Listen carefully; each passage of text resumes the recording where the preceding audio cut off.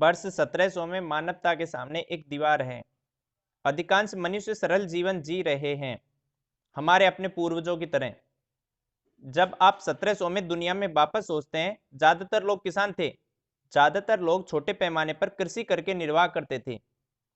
अधिकांश निर्माण कार्यशालाओं में होता था। 1700 में पृथ्वी के एक चक्कर में एक साल लग जाता था। उससे जल्दी तो आज हम मंगल पर पहुंच जाते हैं।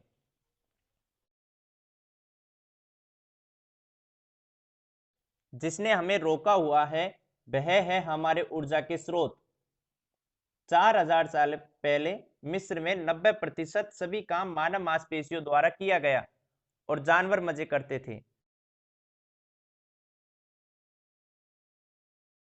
1700 तक यूरोप में अधिकांश काम 70% अभी भी मानव मांसपेशियों द्वारा संचालित है।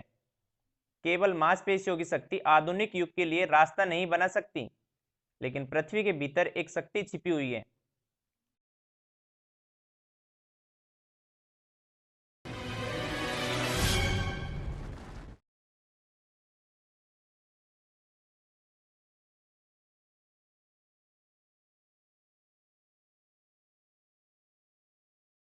दुनिया के हमारे इतिहास में करीब 2 घंटे की दौड़ में मानवता के सामने एक दीवार आ गई थी।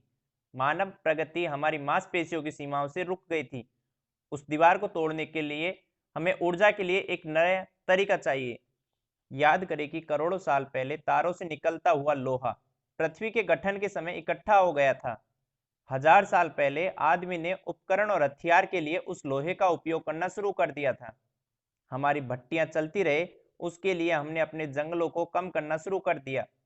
अब 300 साल पहले ब्रिटेन में लोहे की बहुत अधिक मांग है और पेड़ खत्म हो रहे हैं।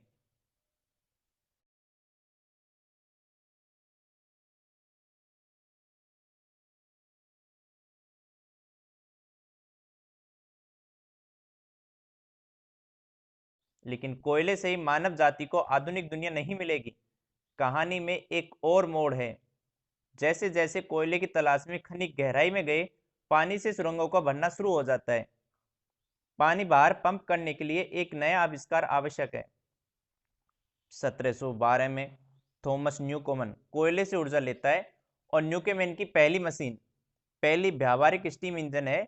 यह कॉम्बिनेशन ऊर्जा और ईंधन, ईंधन और मशीन है जो हमें अपनी मांसपेशियों की सीमाओं से मुक्त कर देगा और दुनिया को बदलेगा। औद्योगिक क्रांति शुरू होती है अमेरिका में राजनीतिक क्रांतियों के साथ साथ, और बाद में फ्रांस में। यह तकनीकी क्रांति हमेशा के लिए दुनिया के परिदृश्य को बदल देती है। जल्दी ही अटलांटिक दुनिया नई आर्थिक शक्ति, अतः सांस्कृतिक, अतः राजनीतिक और सैन्य शक्ति बन गई है, और उसी क्षण से वे वैश्विक राजनीति पर पूरी तरह से राज करने लगे।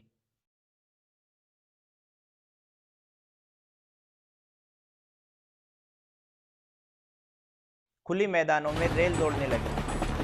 1870 के दशक तक आंतरिक ईंधन आ चुका था और जर्मन लोगों ने अपना खूबसूरत आविष्कार किया, ऑटोमोबाइल।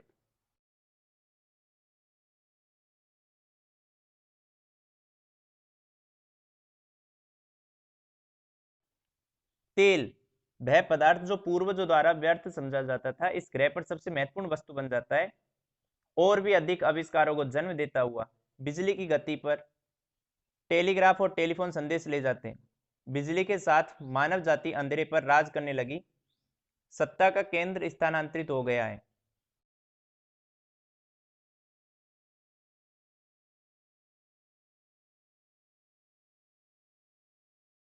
1800 में यूरोप और उसके वंशज पृथ्वी पर 35% भूमि पर नियंत्रण रखते हैं।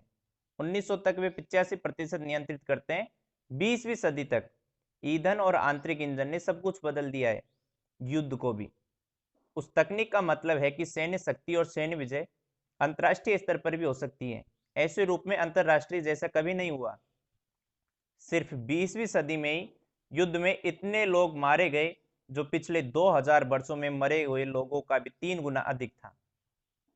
18वीं शताब्दी के औद्योगिक कौशल प्रौद्योगिकी का उपयोग इन घटनाओं से अपनी चरम सीमा तक पहुंच गया था।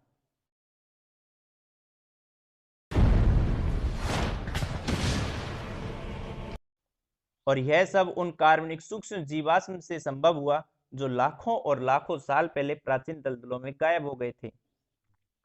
औद्योगिक क्रांति मानव आबादी को बढ़ने की भी अनुमति देती है।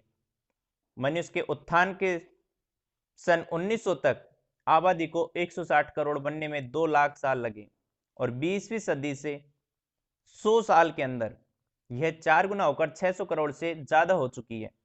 20वीं सदी मानव इतिहास में सबसे असाधारण क्षण है। हमने इस तरह के पैमाने पर कभी बदलाव नहीं देखा।